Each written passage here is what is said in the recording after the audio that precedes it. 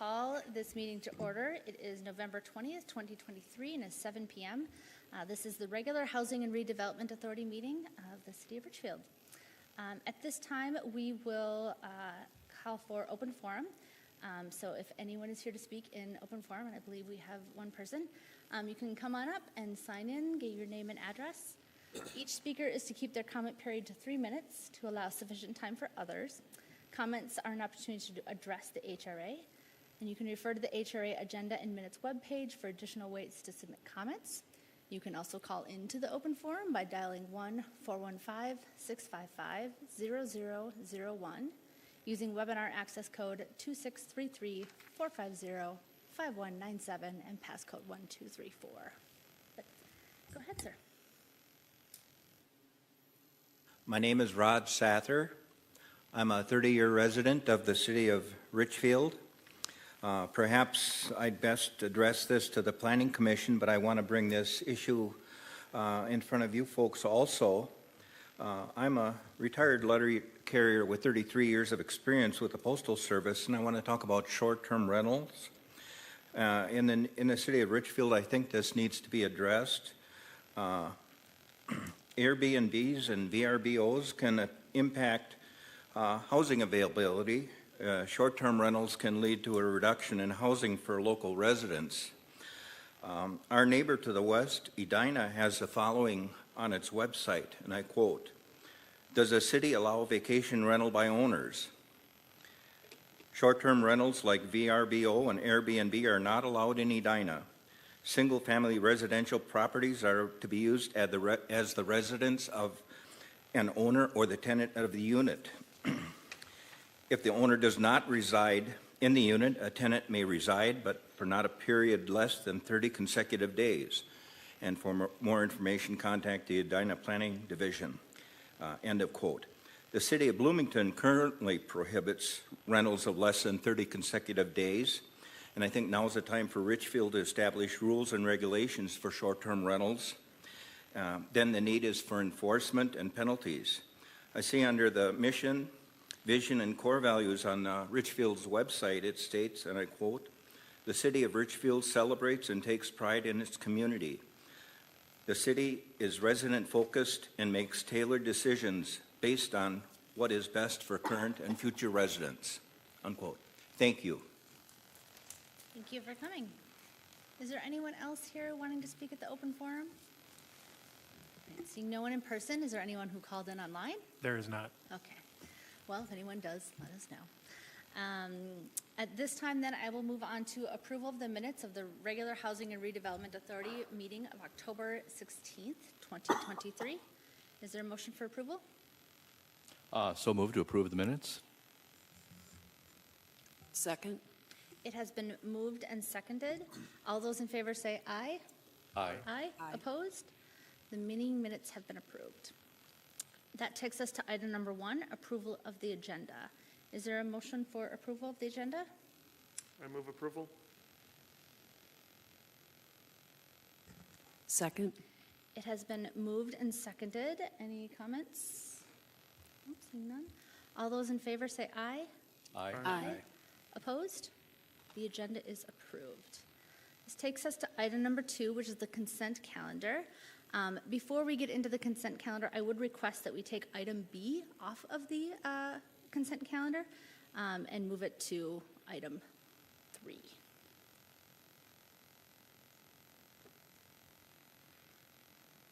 Otherwise, I will hand that over.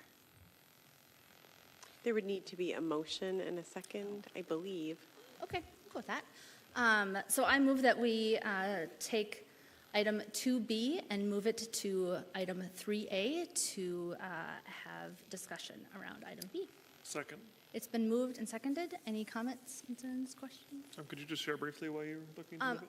I have a lot of questions about it, and so I want to just be able to take the opportunity to ask some of those questions. Okay, thank you. Yeah.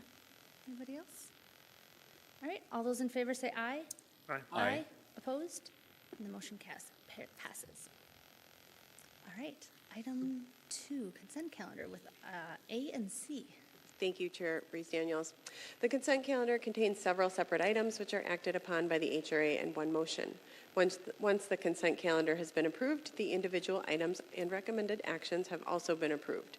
No further action on these items is necessary. However, any HRA commissioner may request that an item be removed from the consent calendar and placed on the regular agenda, as just happened. All items listed on the consent calendar are recommended for approval.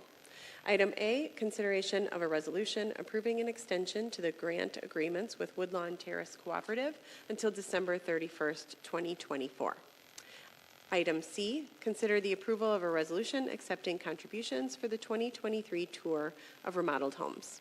This concludes tonight's consent calendar. Thank you so much. Is there a motion for approval? I move items A and C from the consent calendar. Is there Approval. a second? Second? It has been moved and seconded. All those in favor say aye. Aye. Opposed? And the consent calendars, item A and C, are approved. Taking us to line number 3, item number 3, B. Thank you, Chair. The Minnesota Department of Transportation recently purchased the properties at 7700 and 7730 Portland Avenue South to allow for the reconstruction of the I-494 and Portland Avenue intersection. Following construction of roadway improvements, remnant land is anticipated to be available for redevelopment. The Richfield Comprehensive Plan calls for regional commercial development at this major transportation intersection. In order to achieve this, remnant land will need to be combined with adjacent property addressed as 7701 Fifth Avenue South, which is currently a parking lot, and 578th Street East, which is a vacant former restaurant. Redevelopment of this land is expected to be very costly. In addition to anticipated high acquisition costs and demolition of the building at 578th Street, the nature of the previous use of half of the parcels for auto repair makes it likely that environmental cleanup will also be required. To preserve the city's authority to create a redevelopment tax increment finance district in the future, an inspection documenting the condition of the buildings was requested by the executive director of the HRA.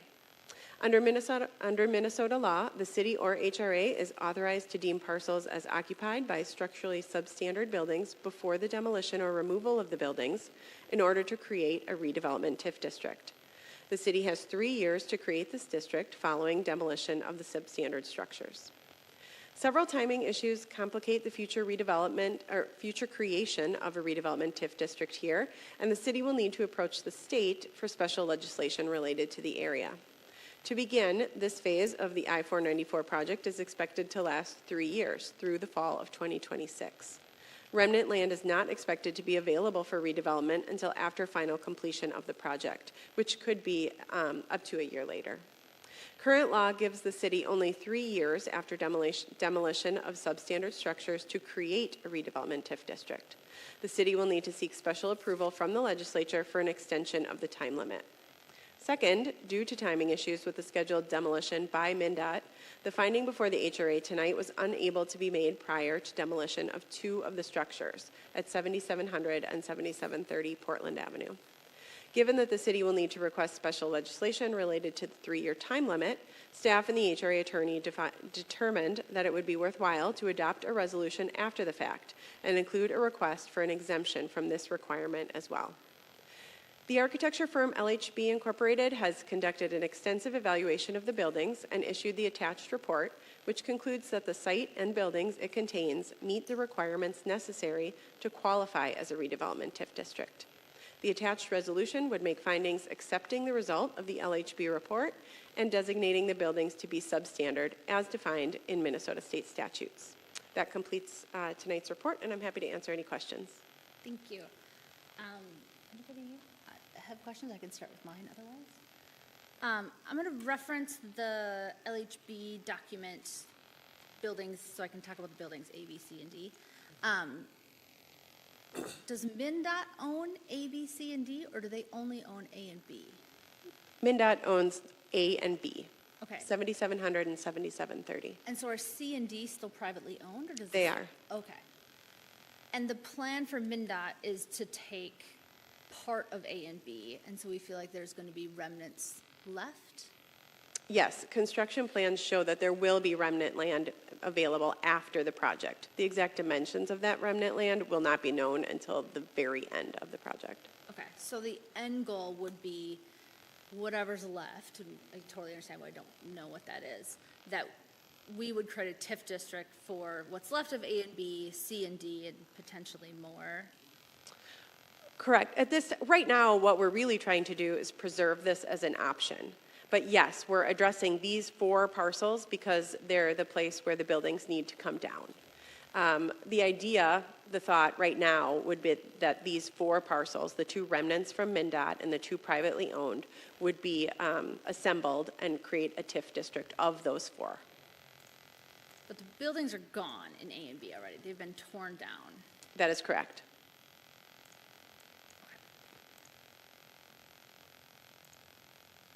It just doesn't make a lot of sense to me, to be honest. That's what I'm really torn about, why we would consider buildings are blighted or are substandard, but they're already gone.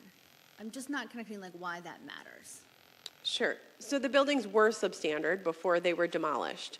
Just because the buildings were substandard, the sites are also substandard. So this is preserving our right to create a district that would help do potential environmental cleanup in the future. It could help to fund construction of underground parking or utility work in the future. Just because the buildings are gone now doesn't mean that assistance won't be needed to redevelop the parcels, because there are still likely significant problems with those pieces of land. And we can only do that if we say the buildings are substandard, because that's the requirement for a future TIF district. It's related to, and actually we have Rebecca Kurtz here from Ellers too, if we have additional questions, but it's related to the coverage of the parcel as a whole, and the buildings are part of that finding. Rebecca, would you like to add anything?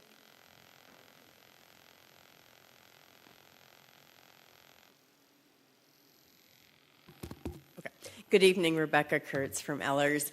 As Melissa said, what it's really doing is preserving your ability to maybe create a TIF district in the future. And so in order to create a redevelopment district, which would give you the most opportunity or most flexibility in the future, the main qualification for creating a redevelopment district is substandard buildings and coverage of man-made improvements. But because of the timing as explained, that finding would need to be made and documented today so MnDOT can go forward, demolish buildings, complete their project, and get their project done. But then in 3, 4, whatever point in the future, we at least, if this resolution is adopted, would at least have documentation to say this site was blighted, it did meet the criteria for a redevelopment district, and because we approved that resolution, or because the HRA approved that resolution in 2023, a redevelopment TIF district could be created in 24, 5, 6, 7, whatever point in the future. Yeah. Okay, thank you. It's really checking a box so you can create a redevelopment district at some point in the future. Okay. It felt really strange to me to say something is blighted after somebody else paid to take it down, and the sequence of that feels very off. Is kind of my questioning. Anybody else questions? Yeah, a couple questions. Who owns the 578th Street East? They're privately owned by a Parking lot and gentleman. that address, the parking lot and that address? Yes, that is correct. Yes. Have they indicated any willingness to participate in a redevelopment or to sell their property? Yes, that property owner would actually prefer to redevelop right now. The issue hindering them is the MnDOT project and the fact that these remnant parcels will be left essentially orphaned without his if he tries to do something now. So his building right now has become a target for vandalism, and unfortunately as the weather gets colder, they've started to find people making their way into the building overnight. So he would very much like to take that building down, but he would absolutely like to partner or purchase the MnDOT properties and redevelop in the future. Is he waiting on us to make this Yes, decision he to is. demolish his building? Yes. Okay. Is it likely that the state will grant this exception to look back and say these buildings are substandard? That's a great question. That's always going to depend on the status of the legislature and who is in charge at the time and the arguments that you make. I think that in this case, considering this is a regional project, MnDOT's project that's holding us up, I think that we have a very strong argument for why we need this extension and this exception. The city has been successful in the past in requesting special legislation when there have been things outside of our control. And so we're hopeful that this is a good reason and that the legislature would approve that. Anybody else? Okay. Is there a motion for the resolution? I'll move to adopt a resolution designating the buildings formerly located at 7700 and 7730 Portland Avenue South and the existing structure at 500 78th Street East as structurally substandard within the Ridgefield Redevelopment Project area. Is there a second? I'll second. All right, it has been moved and seconded. Any other comments, questions, concerns? Thank you for taking the time to answer. Really appreciate it. All right, all those in favor say aye. Aye. Opposed? And the motion has passed. That takes us to item number 4. Executive Director Peelman. Thank you. I will ask Assistant Director Julie Urban to present the staff report. Chair Rees Daniels, members of the HRA.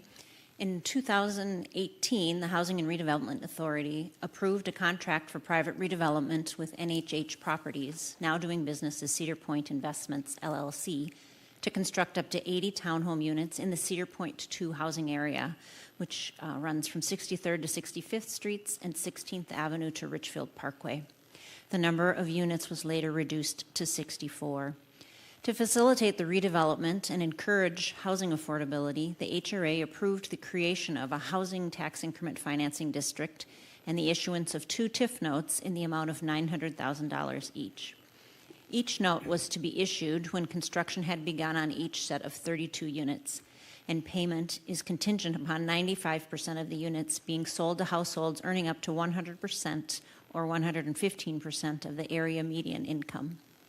The first TIF note was issued back in 2021, but as construction and sales neared completion of those first 32 units, cost increases impacted the affordability of the project, compelling the developer to ask the HRA to allow that the second 32 units be sold to non-income qualified buyers. The HRA in 2021 approved an amendment to the contract that allows the developer to sell units as market rate, with the understanding that the second TIF note would not be issued and any non-qualified parcels would then later be removed from the district. The amendment does include a provision whereby the developer could resume selling to income-qualified buyers in blocks of 8 units in the event that market conditions improved. This was a condition requested by the HRA. The conditions, however, have not improved and have in fact worsened with rising interest rates. Construction is now completed on all 64 units, and while 13 units remain to be sold, there is no longer any block of 8 units which would meet the amendment requirement, so all 32 units need to be removed from the TIF district for the district to remain in compliance. As explained in the attached memorandum from Ellers, the HRA's financial consultant, the proposed modification to the TIF plan removes 39 parcels from the district, which encompasses the 32 market rate townhomes and adjacent common areas. The removal will bring the district into compliance with Minnesota statute.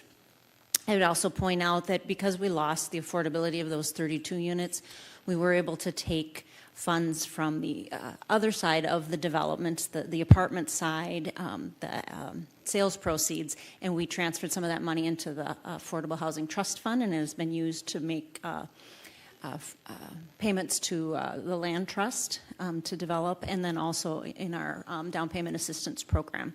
So affordability was attained elsewhere. The other thing to note, too, is that in addition to the TIF notes, the HRA did provide $630,000 in a loan to help purchase property. And that money, that loan is to be repaid with tax increment. So the fact that the district shrunk meant we had to really take a hard look to see that we would be able to pay ourselves back with that increment. And we are currently in the middle of that analysis right now and expect to sort of settle that up with the developer, hopefully by March of next year. That concludes my report. If you have any questions, I'm happy to answer. Yes, go ahead. So you were saying about that you're doing the analysis. So if it turns out we can pay it back, we're fine, but what happens if we can't pay it back? So we have been collecting an escrow from them. Each time they sell a market rate unit, we collect $8,506 from them, and we've been holding that in escrow. And we believed 2 years ago that that was going to be sufficient to cover that shortfall. Our preliminary talks, we just actually had a long meeting about this today, show that we should, the district should be more than successful enough, not just to cover our costs, but possibly to return possibly a portion of those funds, or at least not have to collect any more funds from them. So it's looking good, even with the most conservative estimates. Thank you. Anybody else? Questions? I went back and watched the 2021 video because I was like, I thought we had approved this, but we just did the contract and not the removal part of it. But it was, interesting to look back on 2 years and kind of all the things that we had talked about of housing prices continuing to rise, construction costs still being up, but also interest rates were probably going to increase, and that is where we ended up with all of this. So I think this is not a surprise that we are doing this to anyone. So thanks. One thing that I did just want to call it is the 32 units that had been sold were sold at market rate, right? So we are keeping, They were sold income, and so we are keeping part of that as still part of the. Right, the first 32 units, all but one. There's one remaining to be sold, and then one was sold to a non-income qualified buyer. But that is in compliance because you can have one, you can have 5% that doesn't comply. But yes, so that first part is compliant. That's great. All right. Anybody else? If not, is there oh, yes, go ahead. Just as background, so I understand the total subsidy of the project, I'm assuming the $630,000 was properties on the 16th Avenue side that were eminent domain or something like that, or? They were all negotiated purchases. One was a foreclosure pickup. Okay. Possibly two might have been, but then they were voluntary purchase, like something that went up for sale, and the HRA decided to step in rather than have it turn over. And Okay. This project went on for a long time, so those neighbors really were in limbo, and it was. So this was prior to when the developer was nailed down? Yeah. So I think the first purchases were 2012, maybe. Okay. The foreclosure. There was one in 2015, 2016. We were assembling land in anticipation of development. Okay. The question I'm wondering, because the city had previously consolidated properties and bought out land in part for Richfield Parkway, but mostly or a lot of land was remaining for the redevelopment on the Richfield Parkway side. Was that cost recovered or proportionally when it was sold for the apartment building, or was there also a subsidy in the cost in the land being sold below market value? So on that side, actually the road project was able to pay for costs of assembly, and so that's how we helped to make the project work. And then we appraised the land for $1.11 million and got paid that. But then there was also, because the road project paid for acquisition costs, there was an assessment against the property. Okay. And then we also, when we renegotiated this deal to reduce the TIF district, we gained another, at one point we renegotiated, which time, we gained another $780,000 to pay that assessment. And so that freed up that $1.11 million to transfer some to the trust fund, and also just to have sales proceeds for the HRA's bank account. Okay, and then just to be clear, 1.1 million was the market value of the land as it was vacant and The vacant. reduced with right of way. Okay, Right. Yep. all right, thanks. There are also a couple of the purchases were made with, we had a grant from the airport to make up for the impacts from the new runway was constructed. So a couple of properties were built or purchased with grants.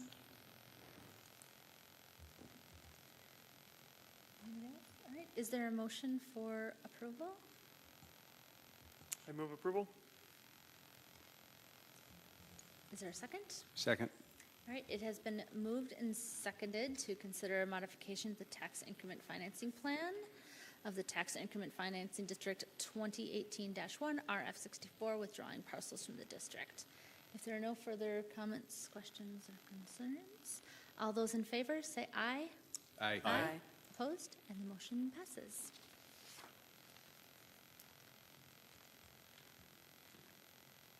Item number 5, other business. Director Peelman. Thank you, Chair, members of the board. The TIF district status update is presented to the HRA annually for review. There are currently 13 active TIF districts. This year, the TIF status update shows that the HRA is able to meet all of its pay-as-you-go note and general obligation tax increment bond obligations. Senior Municipal Advisor Rebecca Kurtz is here tonight to provide a brief summary of the TIF status update.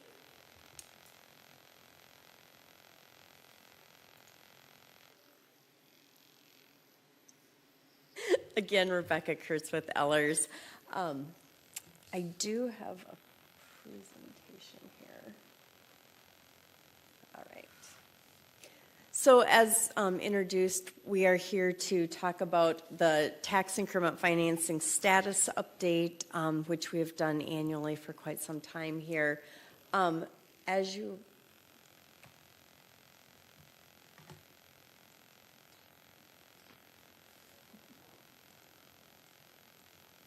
What am I doing wrong here?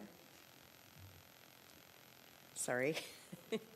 As we're getting me figured out here.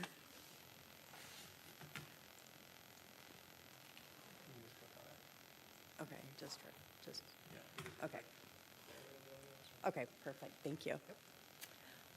So as we go through tonight, as you may recall, or some of you recall, we did do a very in-depth TIF management plan that was completed last year, where we really went through all of the TIF districts, generated a very lengthy report, but looked at compliance, updated, their ability to fully pay any of the obligations, looked to see if there were opportunities for pooling, which I will explain or talk about in a minute here, but really identified every opportunity or every potential challenge in all of the TIF districts. We continued to make a few adjustments to that after last fall, and we really completed it early this spring, and then as part of that final update, did updated with 23 information and some of the changes that resulted from discussions last fall. So again, we're not going to go through the in-depth that we did last year, but we do want to touch on a few of the highlights, and then at any point I am happy to address additional questions you have, even if it's in more in-depth things that we're not going to touch on in the presentation.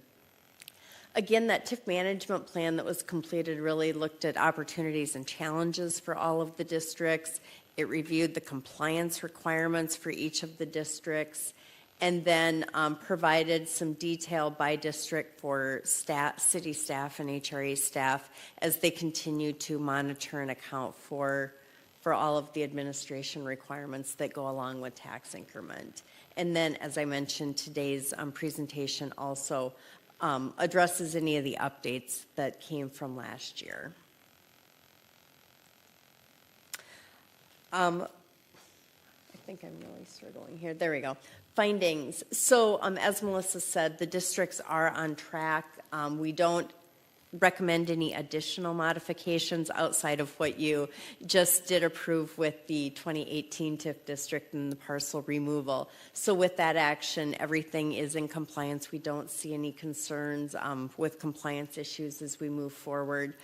As I mentioned, there also are pooling opportunities that are available. We did identify 3 last year and made some different allocations to each of them, including 10% for the Housing Trust Fund, the Temporary Spending Authority that is special legislation through tax increment, and I do have a slide to touch on each of these in a little more depth. and then the regular 25% pooling that comes with just normal tax increment use with redevelopment districts. And just as a reminder, with tax increment, the city, when you collect that increment, have an obligation to a developer or, in a couple cases, to use that tax increment to make bond payments. But with redevelopment districts, you do have the opportunity to retain 25% for pooling. By the term of pooling, that basically means that that 25% could be used within the city limits, but outside the boundaries of that TIF district. So with a redevelopment district, you need to use that money on redevelopment projects, but you have some flexibility on where specifically those funds may be used.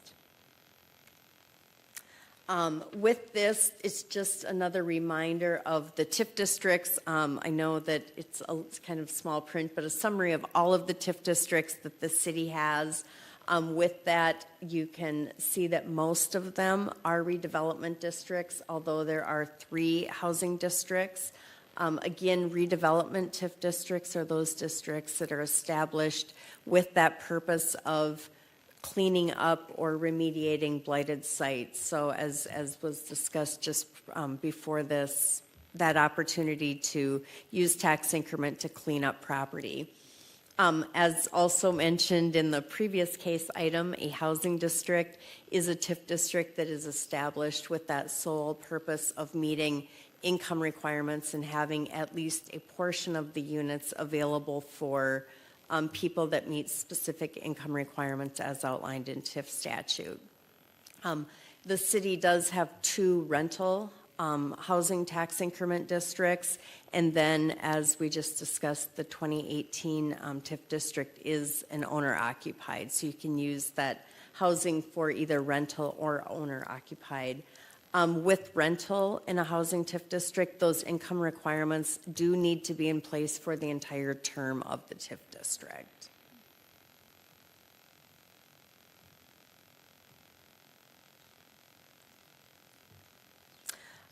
So I'm going to talk a little bit about the impact of decertified districts, and this is just to give you kind of a heads up. For those of you that have been on the HRA for a while, we've been watching a few of these districts for several years because you can see with taxes payable year 2026, there are going to be 2 TIF districts that are going to be back on the city tax roll at full value. That means at the end of 2025, all of the obligations have been paid, and so that benefit or that increase in tax increment or increase in tax value comes on for taxes payable 2026. And you can see based on the information that we have today in market values for today in 23, we are estimating that that new tax capacity in 26 will be about $2.16 million. I can go into as much detail as you want with this, but, go ahead. Yes, go ahead. So the question I had was about, it has the city tax rate there, and then it says estimated additional annual tax levy available. So if we choose not to levy that, does the tax rate drop? How does that all work together? Yep. Exactly. So as you look down that column for the year 2026, you see that we are estimating that the tax capacity will be about $2.16 million when those TIF districts are decertified and available to be fully on the city, county, and school tax base. When we look at that tax capacity compared to today's, the 2023 city-only tax rate, that equates to just over $1 million. And so exactly as stated, what that means is that if all things are equal, and I mean that these are big assumptions, especially looking out a couple years, that market values don't change, tax rates don't change. Under today's scenario, there would be about $1 million in additional levy in 2026. Now, with that, it is then that opportunity for the city to either use that additional $1 million to move forward with other projects, or it would provide an opportunity to lower the tax rate.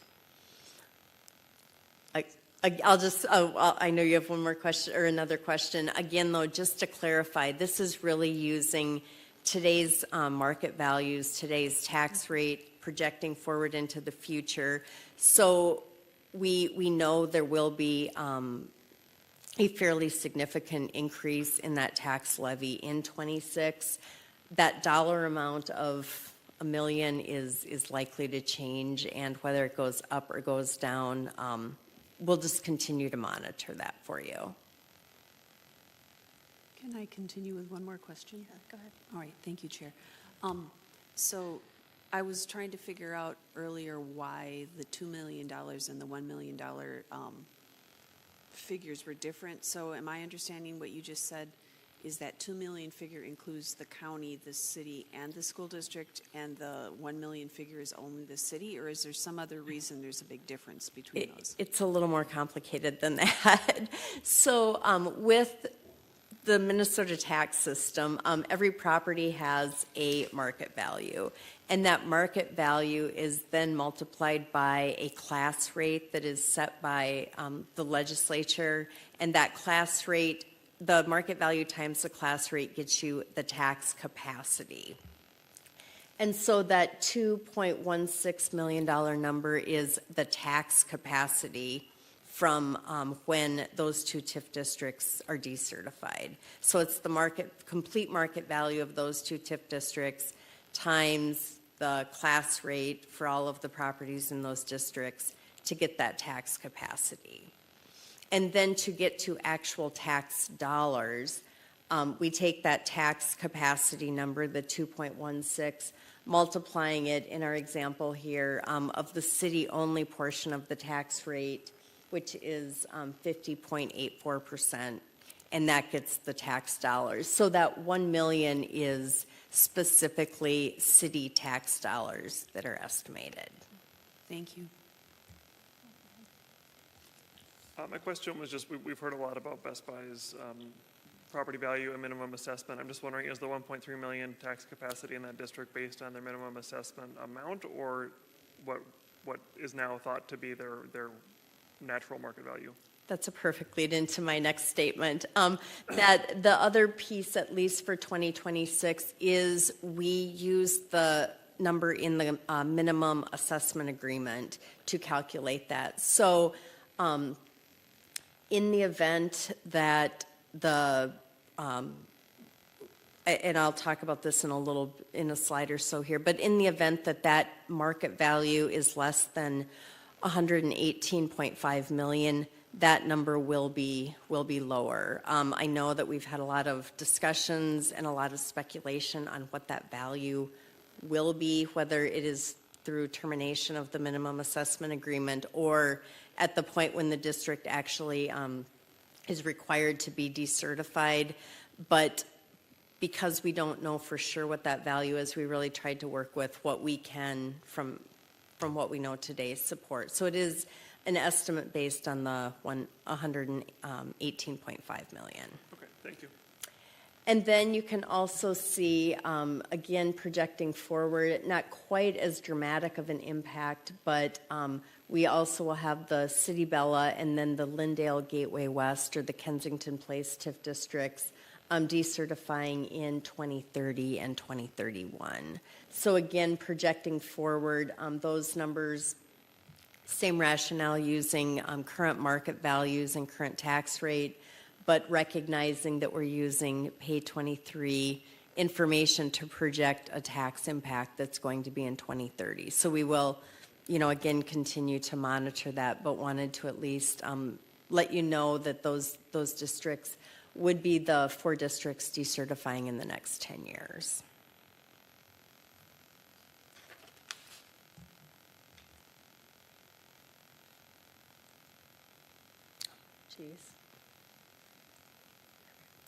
Outstanding obligations, we did touch on this in the introduction. There are 2 bonds outstanding. One of them will be paid off, the one connected with the Best Buy project will be paid off in February of 2024. And then the second bond, which is connected with the Kensington project, will be paid in February of 2025. Outside of that, all of the obligations that are going to, or a majority of the obligations that are going to pay developers are what we call pay-as-you-go notes. As a reminder, with a pay-as-you-go note, the developer bears the risk.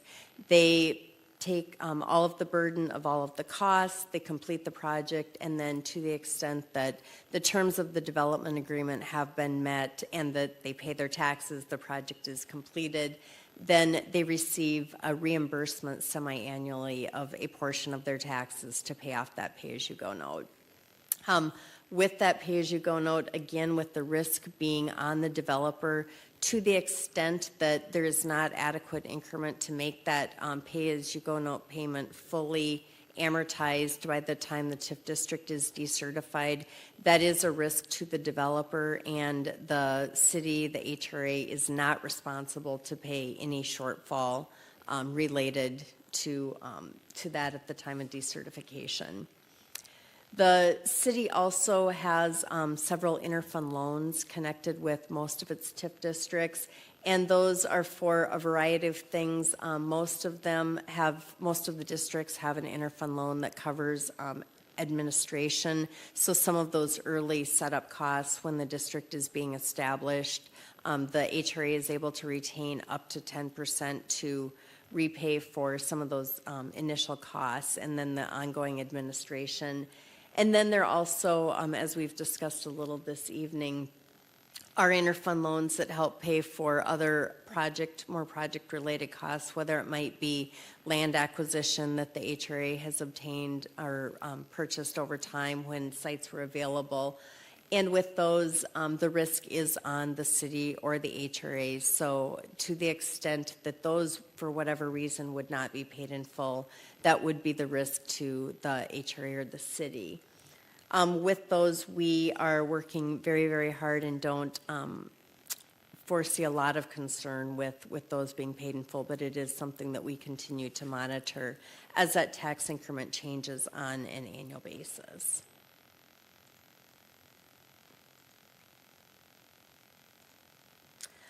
I mentioned the Best Buy project, and I call this one out mainly because we have had a lot of discussions on this district in the last year. As you may remember, Best Buy requested that their minimum assessment agreement be amended for 2024 and then terminated for pay 2025 taxes. And per statute, modifications to the minimum assessment agreement, while it is within a tax increment district, require action by not only the city, but also the county and the school district. The HRA and the council approved an amendment to the development agreement and also approved the amending of the minimum assessment agreement and then terminating that agreement back in 2023. Shortly after that, the county board did take action to approve the amendment and termination. That action was done in September of 23. And to date, the school district has not actually taken action. So what that means is that the minimum assessment agreement remains in place for 2024. So for taxes payable in 2024, the market value for the Best Buy project is the $118.5 million. I know that Best Buy and the school district are continuing discussions, and so stay tuned, and we will be able to provide an update maybe in a few weeks as far as what happens as far as terminating that minimum assessment agreement for the 2025 tax year. So I want to go back to slide 5 with regard to Best Buy, because I heard you say to Commissioner Hafer-O'Leary that the numbers in the 2026 are based on that minimum assessment agreement, but the note at the bottom says they're based on a preliminary value. So I'm confused. Oh, because I misspoke and made a mistake. I apologize for that. Yes, those are, I will back up. Thank you for that, and my apologies for that oversight. Those values are on the $81 million, so that is assuming that it would be reduced. My apologies for that, yes. Okay, thank you.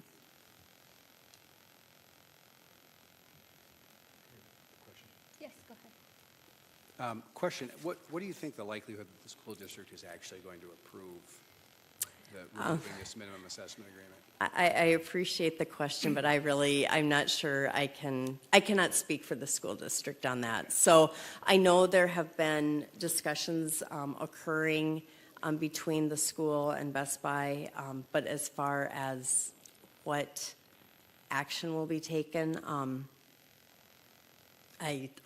not sure. Okay. And the 81 million that you refer to, was that? We received, so we don't know for sure what that value will be. I think that between estimates that Best Buy has provided and that were discussed as we went through the process from the city and HRA point in May and June, we were given estimates from Best Buy that were a little bit lower. At that point, the county preliminary said they believed it would be between 81 to maybe 86 million for a market value. So that's where our numbers came from. With that said, it really is going to depend ultimately, though, on what the value is at the time when that minimum assessment agreement is done, whether it be through termination for 25 or when the TIF district ends. The county will have to come out and Walk through the vacant walk office through space. and give a final value, because right now it's really based on just estimates, so there's no firm commitment on that. Okay, thank you.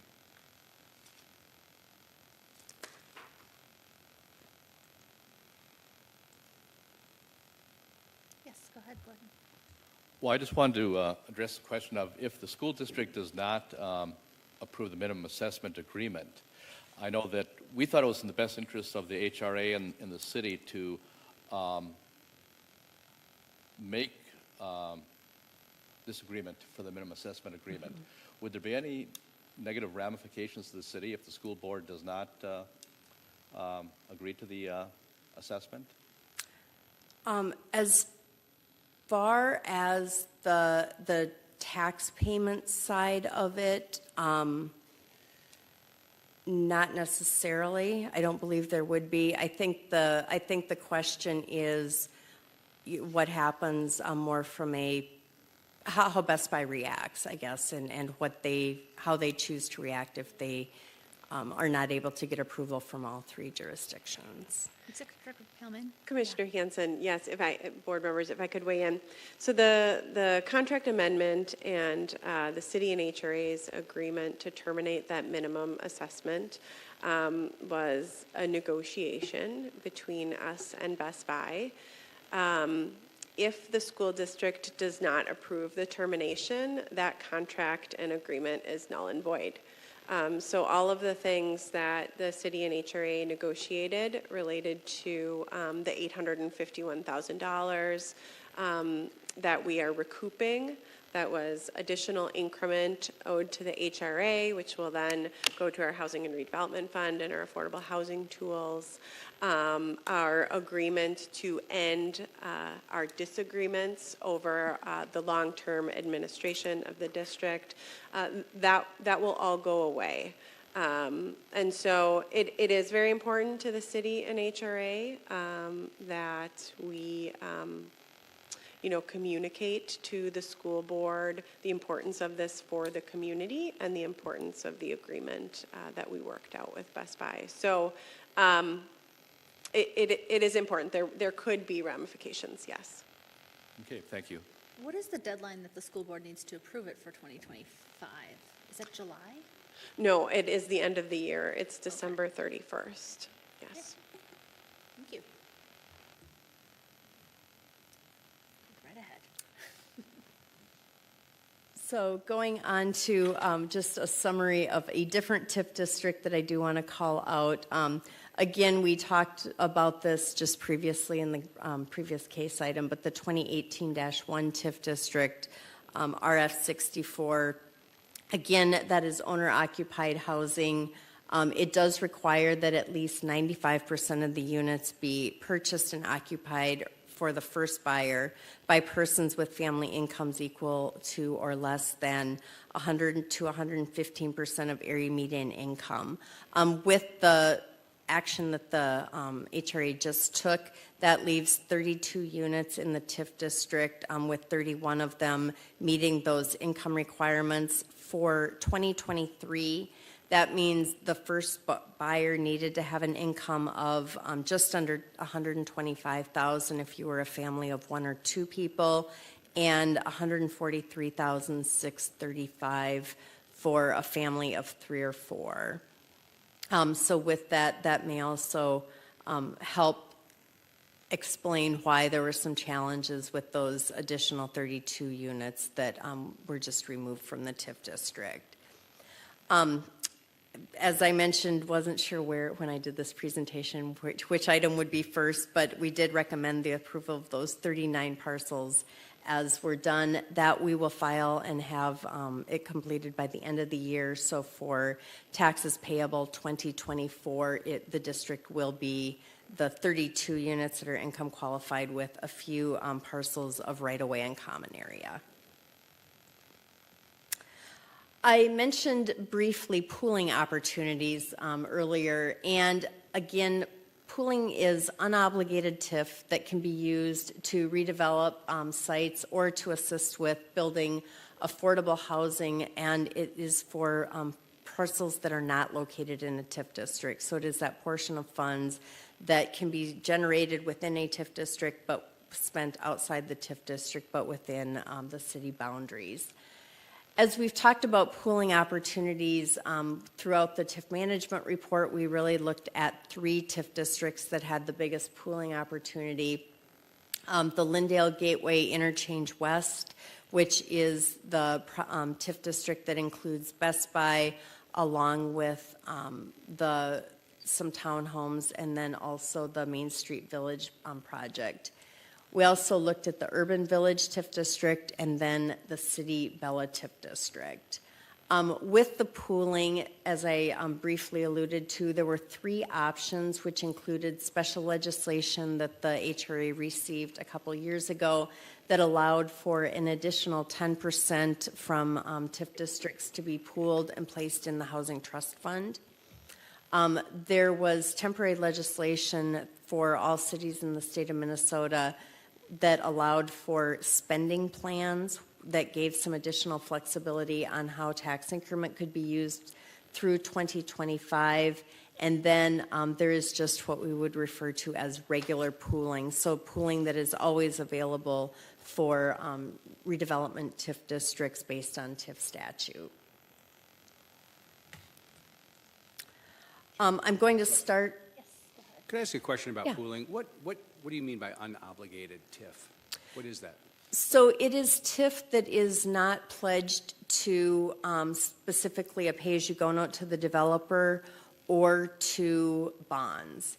So, for example, with many of the redevelopment TIF districts in Richfield, by policy historically, the HRA has said if there's not going to be, if the project does not include an affordable component in a redevelopment district that has housing, even though that's not a statutory requirement, the city has said we'd like to have an affordable component.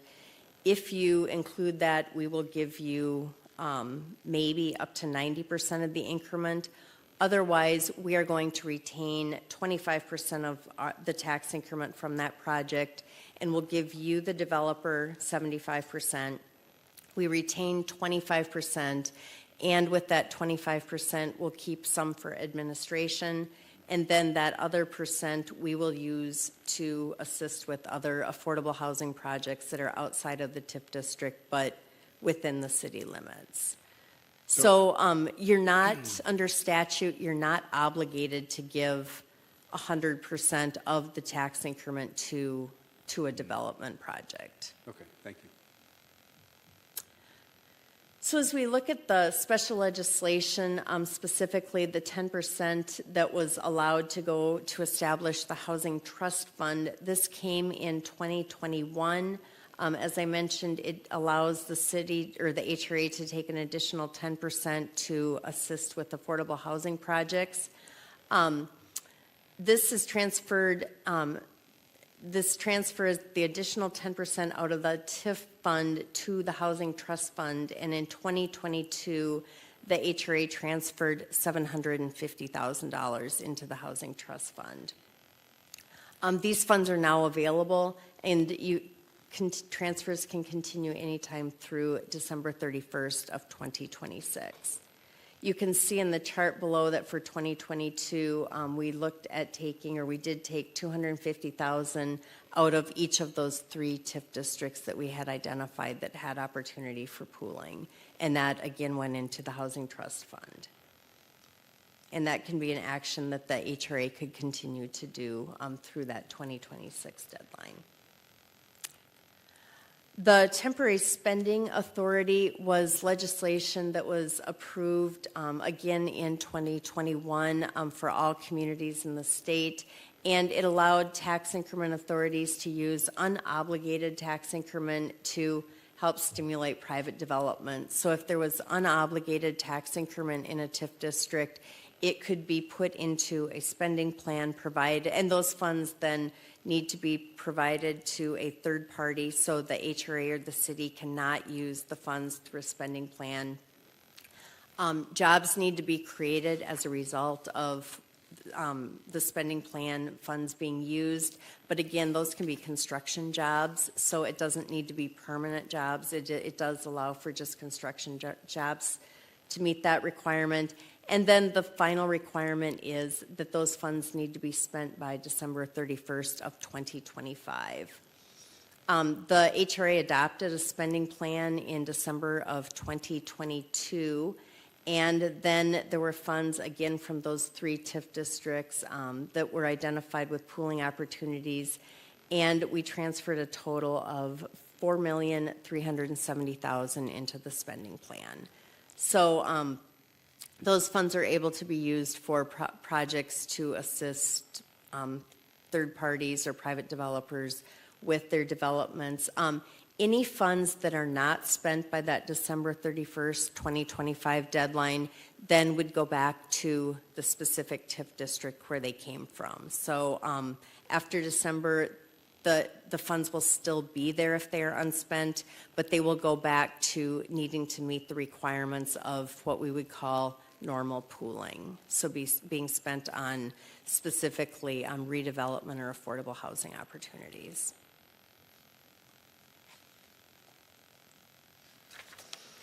And then the final type of pooling, which is something that is applicable to all TIF districts, but again, those 3 TIF districts that we identified had the most opportunity.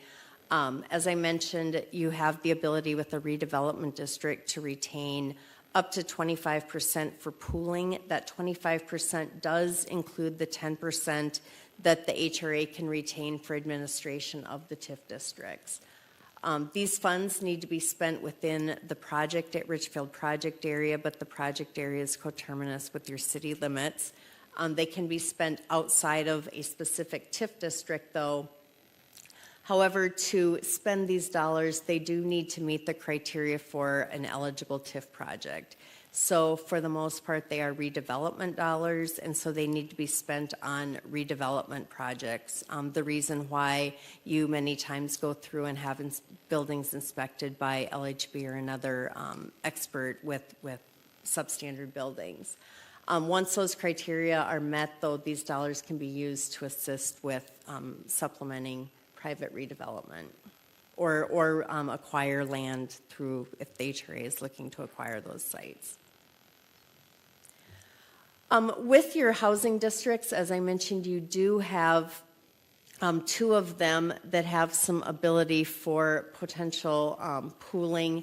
With a housing tax increment district, there are some criteria that do need to be met. As a reminder, At minimum, 20% of the units need to be available to people at 50% or less of median income, or 40% of the units need to be available to people at or less 60% area median income.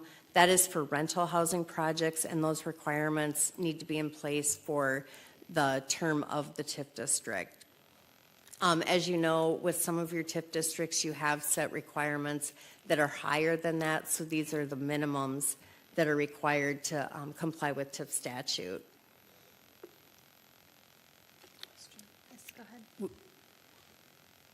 So, the future potential, what could we use that money for?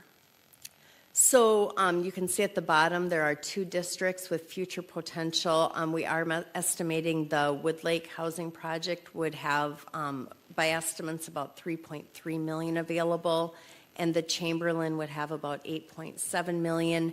That is after their obligations, their pay-as-you-go notes to the developer are paid. Those dollars would be available to be used for other projects, whether they be rental projects that meet those affordable requirements, or for owner-occupied projects that would have that 100 to 115% for the income for the first buyer. With that, for example, you may use it either to help supplement if there was a new TIF project coming in that was a housing TIF district that maybe the TIF itself wasn't enough to meet the gap. These funds could be used for that, or you could use them in place of establishing a new TIF district. For example, if there was a tax credit project coming forward, and with a tax credit application, many times the developer requests the HRA or city to provide some type of contribution that helps them get points in their application. Funds like these could be used to assist a project like that. But again, those dollars are really going to be available. They aren't necessarily available today. They will be available after those obligations are paid. With the Woodlake project, we are anticipating about $150,000 through or until 2035, and then $250,000 annually after the pay-as-you-go note is paid in full. And then the Chamberlain currently is retaining or getting paid 90% of the increment. And so we are estimating the Chamberlain's pay-as-you-go note will be paid in 2036. And at that point, there would be an estimated $875,000 available annually until the TIF district needs to be decertified. With that, we want to present those opportunities, but do know that at the time when those obligations are paid in full, it would be an option and a decision that the HRA could make whether you choose to continue to keep those housing districts open, retain that increment for other housing projects, or if you did want to decertify the district, which would get it back on the tax roll at full value. As part of the TIF management plan, we do look at compliance issues, and there are just 2 items I want to call to your attention. One is compliance of the 4-year rule, and that means that every parcel must have some activity within 4 years after the TIF district has been certified with the state and the county. With this, we've pulled out a couple of them that are coming near.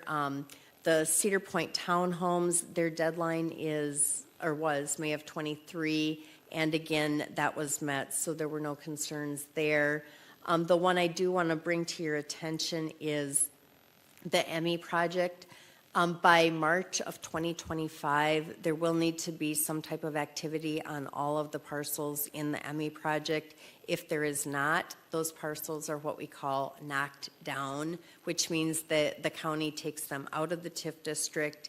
You, though, have the ability to bring them back into the TIF district. The difference is when they come back into the TIF district, it would be at the current value versus the value of the base value from when that district was established in 2020. So we have a little time for that one, but I do want to just put that out there as something that we are watching for. With the 2020-3 and 2020-1 districts, we will be fine with meeting the 4-year rule on those districts. The second compliance item is the 5-year rule, which means that there needs to be some type of obligation within 5 years after the district has been certified. You can see on this, the 2 districts that we're watching is the Emmy, which then its deadline will be March of 26, where we'll need to have a pay-as-you-go note or some type of obligation by that deadline. With the Link, their deadline is also March of 2026. However, I know that they are working on gathering some of their requirements for the development agreements. So we are comfortable that we've got some time, and that one should be able to meet that deadline. We've kind of touched on administration briefly throughout the discussion tonight, and statute allows for the HRA to retain up to 10% of the revenues from the TIF district for administrative expenses. The rules, specifics of the rules change a little bit based on the year the district was established, but that administration can be used for staff time, consulting time, legal expenses, if there are publication requirements, reporting expenses with tax increment. There are annual reports that are filed to the state auditor every August. With that, I do want to just give that reminder that it doesn't mean you can just pull 10% off of the top of the district. There does need to be documentation to support that if there ever was a question or audit by the state. So it's not an annual calculation, but we do work with staff to try and make sure that we are maximizing that, and staff has done a good job to make sure that we are not leaving a lot on the table with that. So as I wrap up this evening, really as we started, all of your districts are on track and in compliance with statute and the requirements that we are needing to make sure we continue to monitor. You took action earlier this evening to remove those parcels from the 2018-1 TIF district. At this point in time, we do not see any concerns and don't have any recommendations for doing any budget modifications to make sure you stay in compliance. As we look to the next year, I think, wondering or determining and finalizing what happens with the Best Buy and their market value will be something that we will continue to keep you updated on as we have additional information. And then, again, we'll continue to monitor those affordable housing opportunities, and as dollars change and market values go up and likely potential opportunities for pooling increase with those, we will continue to keep those updated and let you know how that changes in the future. Thank you. Anybody have any further questions? I have one other question. I think it may be more for staff. What is the Emmy project on 66th, since that's nearing a deadline? Right. The Emmy project is an approved mixed-use project for, I believe it's 84, we're testing my memory, but I believe it's 84 units with about 2,500 square feet of ground floor commercial. This project has been ongoing for quite some time. It was originally approved with one developer, PLH. The development was then sold to another developer, North Bay, who currently has has ownership of the property and a contract with the HRA. That contract was amended last in the summer of 2023, and we're checking in. We've been checking in a couple of times over the last few weeks to get some updates from that developer on what's happening over there. Thank you. Yes, go ahead. I just wanted to say thank you for all the thorough explanations, because I need to hear some of this stuff 3 and 4 times, so I appreciate it. Yes, I also thank you for coming. We always enjoy when you are here and give us so much extra detail. It's really helpful, so I appreciate it. You're very kind. And I mean, I hope you know that at any point in time, if there are questions throughout the year or follow-up after this evening, don't hesitate to forward those through Melissa, and I'm happy to provide additional information, or if you'd like to see the complete report for newer members, we're happy to get you any information you may need. Thank you. Thank you. Thank you. All right, I think that takes us to, hang on one second, item number 6, Executive Director Palman. Thank Madam Chair, you. Do I we will- need a motion to accept the report, or? Oh, I Oh. don't think we did. Thank you. No, But we do thank need to you. do that. Do we need to do that? Yes, Okay. we should. Okay. I will move that we accept the report. Second? All right, it has been moved and seconded. Any other comments, questions, concerns? All right, all those in favor say aye. Aye. Opposed? And the motion passes. Thank you very much for the reminder there. All right, item number 6. Yes, thank you. I will ask Economic Development Manager Jan Youngquist to present the report. Thank you. Good evening, Chair of Rees Daniels and Commissioners. Ms. Danny Jimenez is the owner of 2 La Vaquita Mexican markets in Ridgefield. Ms. Jimenez is looking to expand her operations by opening a bakery to provide fresh baked goods to the markets and also provide some grab-and-go deli selections. She approached the Housing and Redevelopment Authority expressing interest in purchasing the HRA-owned property at 1430 66th Street East for development of the bakery deli. She's working with her relatives, Laura and Mariela Jimenez, on this proposal.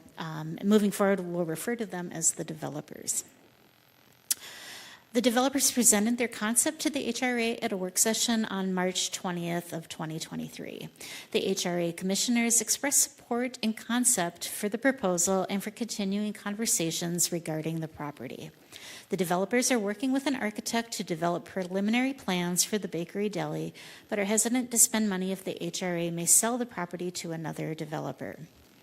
The attached memorandum of understanding describes the intent of the developers and HRA to continue discussions regarding the proposed project. The developers would be responsible for working with an architect to develop preliminary plans and conduct a preliminary financial assessment of the project for consideration of financial assistance from the HRA. The HRA would not market, negotiate, or contract with another party for development or sale of the property. The term of the MOU would be 6 months and may be extended another 6 months with administrative approval from the HRA Executive Director. If the terms of the MOU are approved, staff would work with the developers to evaluate preliminary plans and financial information for the project to bring to the HRA for consideration. That concludes my report. I'd be happy to take any questions, and I'd like to point out that Danny and Laura Jimenez are in the audience as well. Thank you. Anybody have any questions? I have a couple questions. Yes, go ahead. And I'm not questioning this action. I'm generally in favor of it. But just as a policy, how are city-owned parcels marketed to the general public? Has this one been marketed to the general public?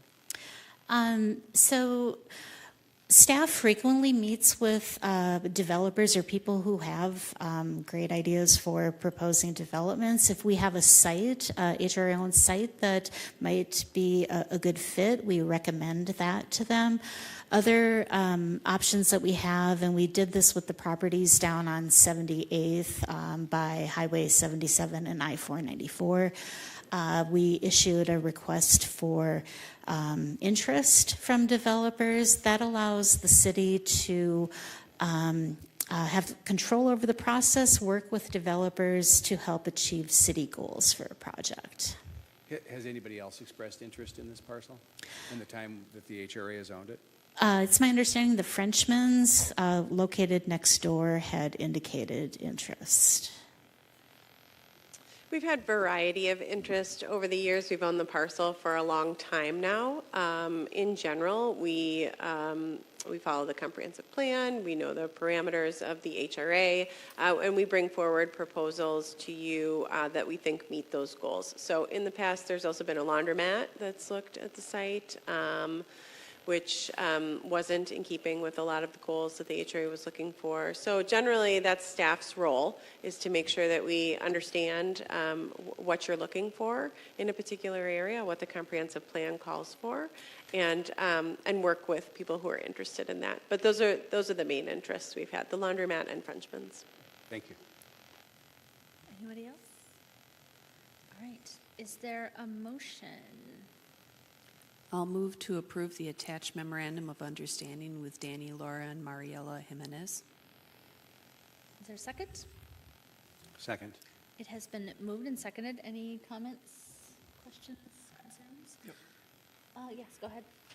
I will just say to the developers, the Jimenezes, thank you for being here. And as you do move into, hopefully, coming up with plans and a more formal proposal, I just want to, again, emphasize the importance of 66th Street as a community street, and that whatever you bring forward, it's my expectation and my hope that that will really be an engaging, attractive thing to have on the street and be kind of a model for hopefully future small businesses like your own to open up similar developments, because we own other parcels. There are other privately owned parcels that could use investment like this. So I really hope that it works perfectly for your business, that you come with a great proposal, and that it becomes a great, pedestrian-friendly, engaging, interesting building for 66th Street.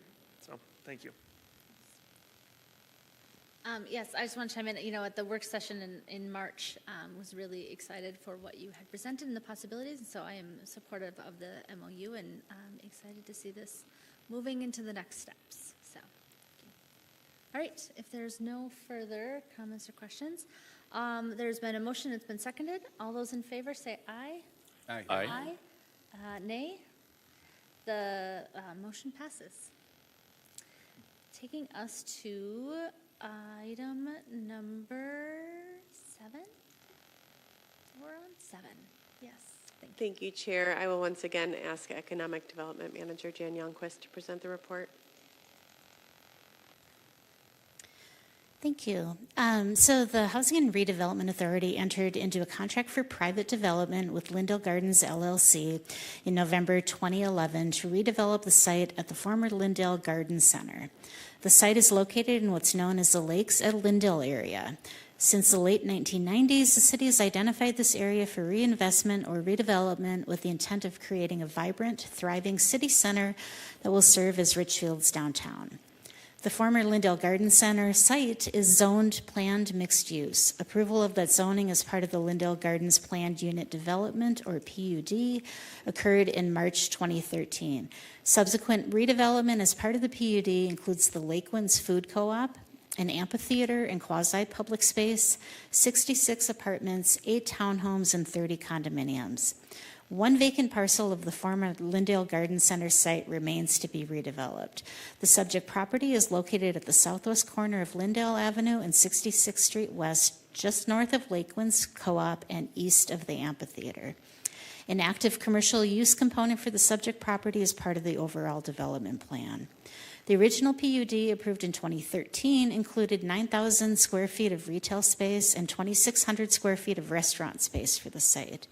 The PUD was amended in December of 2013 to allow up to 7,000 square feet of restaurant. In 2018, amendment to the PUD included an approximately 6,000 square foot commercial building that would coordinate with the already constructed adjacent outdoor activity space and amphitheater.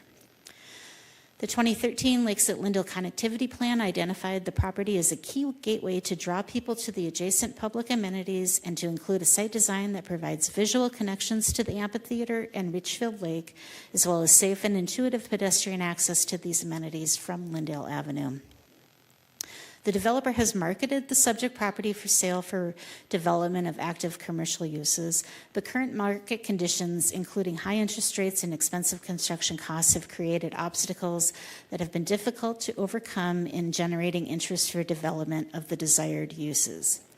In an effort to spur economic development, further the HRA and city's development goals for the property, and potentially entice redevelopment of an active commercial use on the site, staff is recommending that the HRA consider providing financial assistance of up to $500,000 toward capital costs and providing a 50% financial match for up to 4 sewer availability charge fees for a development that meets several of the HRA's goals for the site.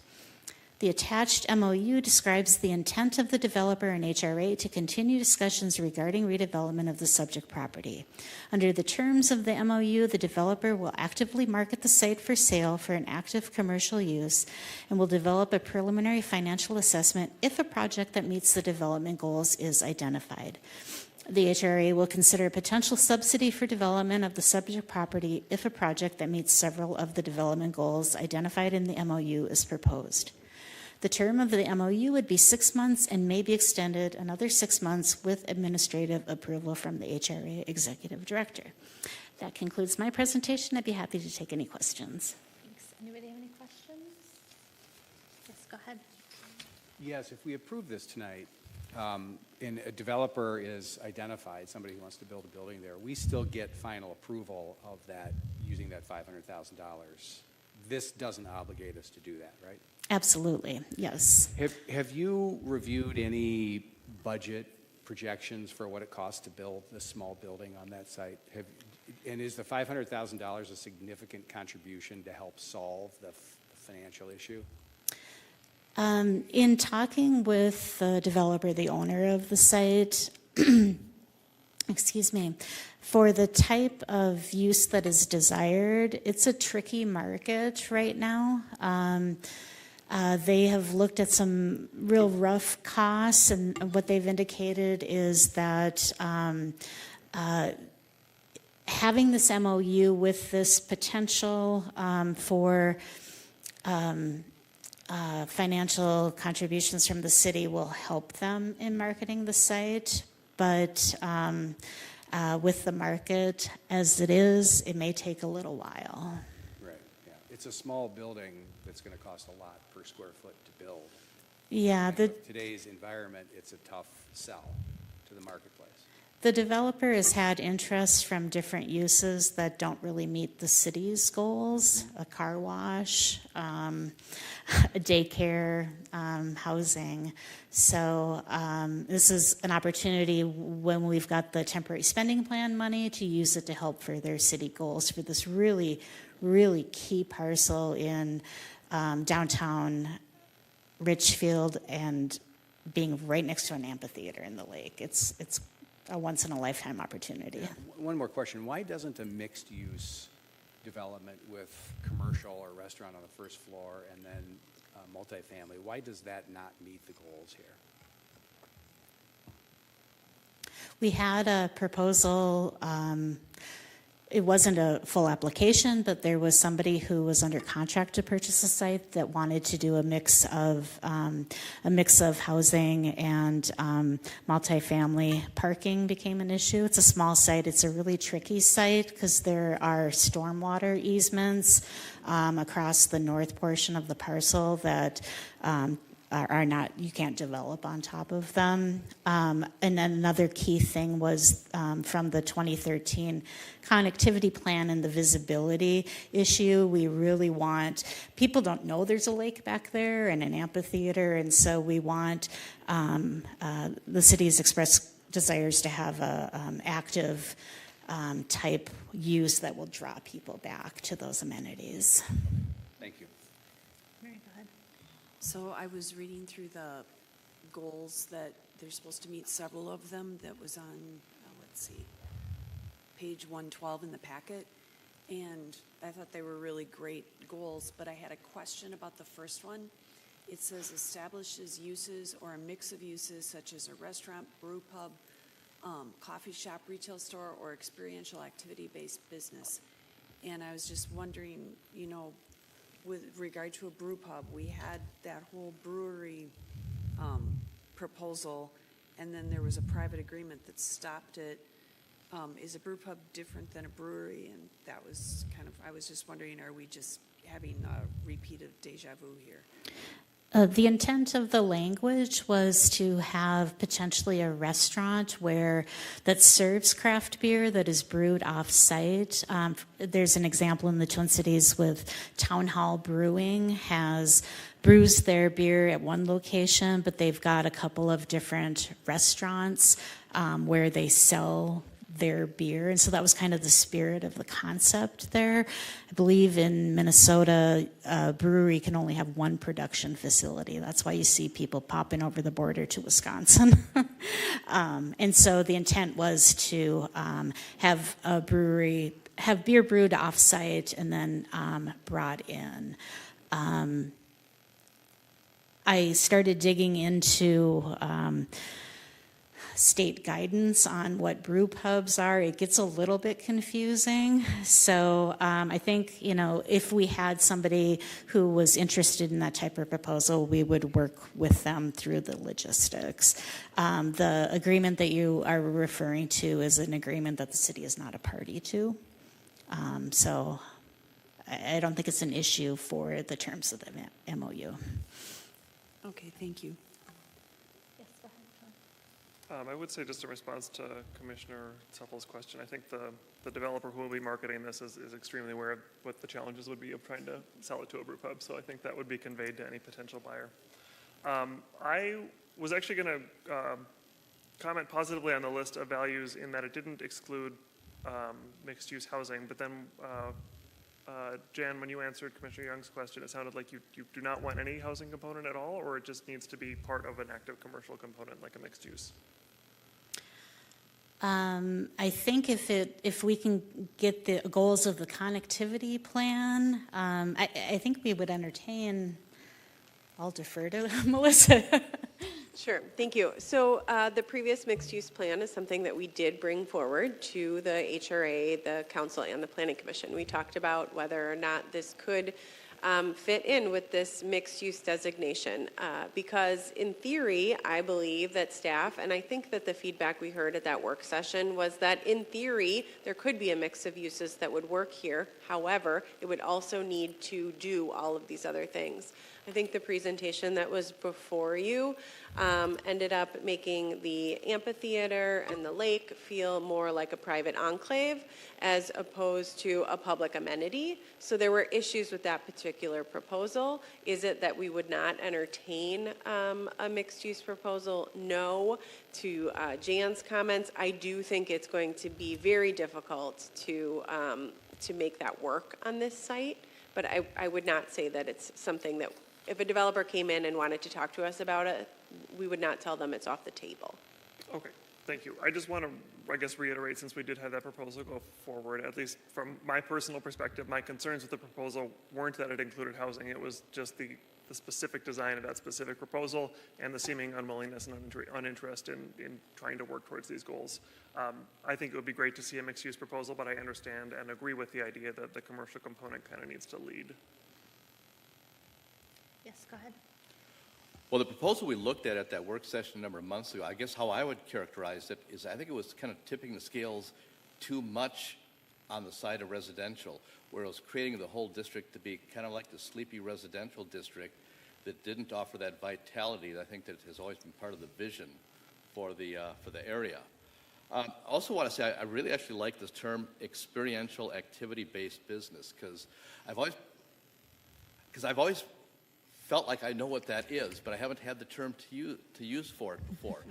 And I would agree that includes something like a restaurant, a brew pub, a coffee shop, a retail store that offers kind of like vitality and complements the amphitheater and the location on that main arterial street, Lindale Avenue, and the lake. So I like this proposal where we can offer some incentive to hopefully attract the type of business we want to have there. I think it would be a terrible use to see a car wash go there. And I've never really favored businesses that I consider kind of appointment-based businesses, like a doctor's office, a dentist office, where you come there, you make your appointment, then you leave, because those are very quiet types of businesses.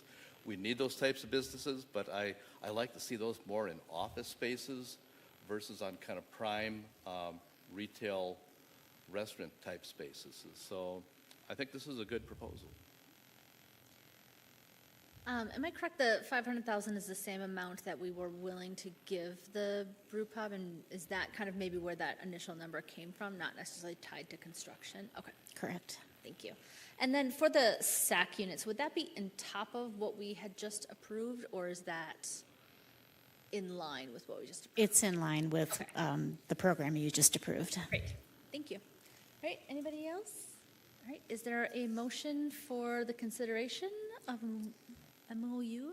Well, I'll make a motion to approve the attached memorandum of understanding with Lindale Gardens, LLC. Is there a second? Second. All right, it has been moved and seconded. Any last comments, questions, concerns? Seeing none. All those in favor say aye. Aye. Opposed? And the motion passes. I think that takes us then to item number 8, HRA discussion items. Is there any HRA discussion items? Go ahead. So I wanted to point out that we now have a new business bulletin that people can sign up for. It's a quarterly newsletter, and I believe that Economic Development Manager, I can say that, Chan Youngquist was the person that put that together, so I wanted to say kudos on that. And can you tell us how people can sign up for that? Sure. They can sign up on the city's website, and I am able to provide a link to folks as well. I don't know if there's more specifics to that. We're hopeful that businesses sign up because I think it'll be a really good resource for them. I was really impressed with the first edition, so thank you for doing that. Thank you. I just wanted to mention that there is a potential opening on the HRA EDA. So Mr. Gordon has served his first term, but you are welcome and open to a second term as well. So hopefully you take the opportunity to apply, and that is also open to the public to apply, and applications are accepted from November 15th to December 15th. So you have until December 15th to get your application in. It is on the website, the city website right now. So just want to encourage all to do that. That's all I got. Executive Director, item number 9, your report. Thank you. I do not have a report tonight. Excellent. All right, that takes us to claims. Is there a motion to approve claims? So moved? Is there a second? Second. It has been moved and seconded. All those in favor say aye. Aye. Opposed? Claims are approved, and we are adjourned at 8:31.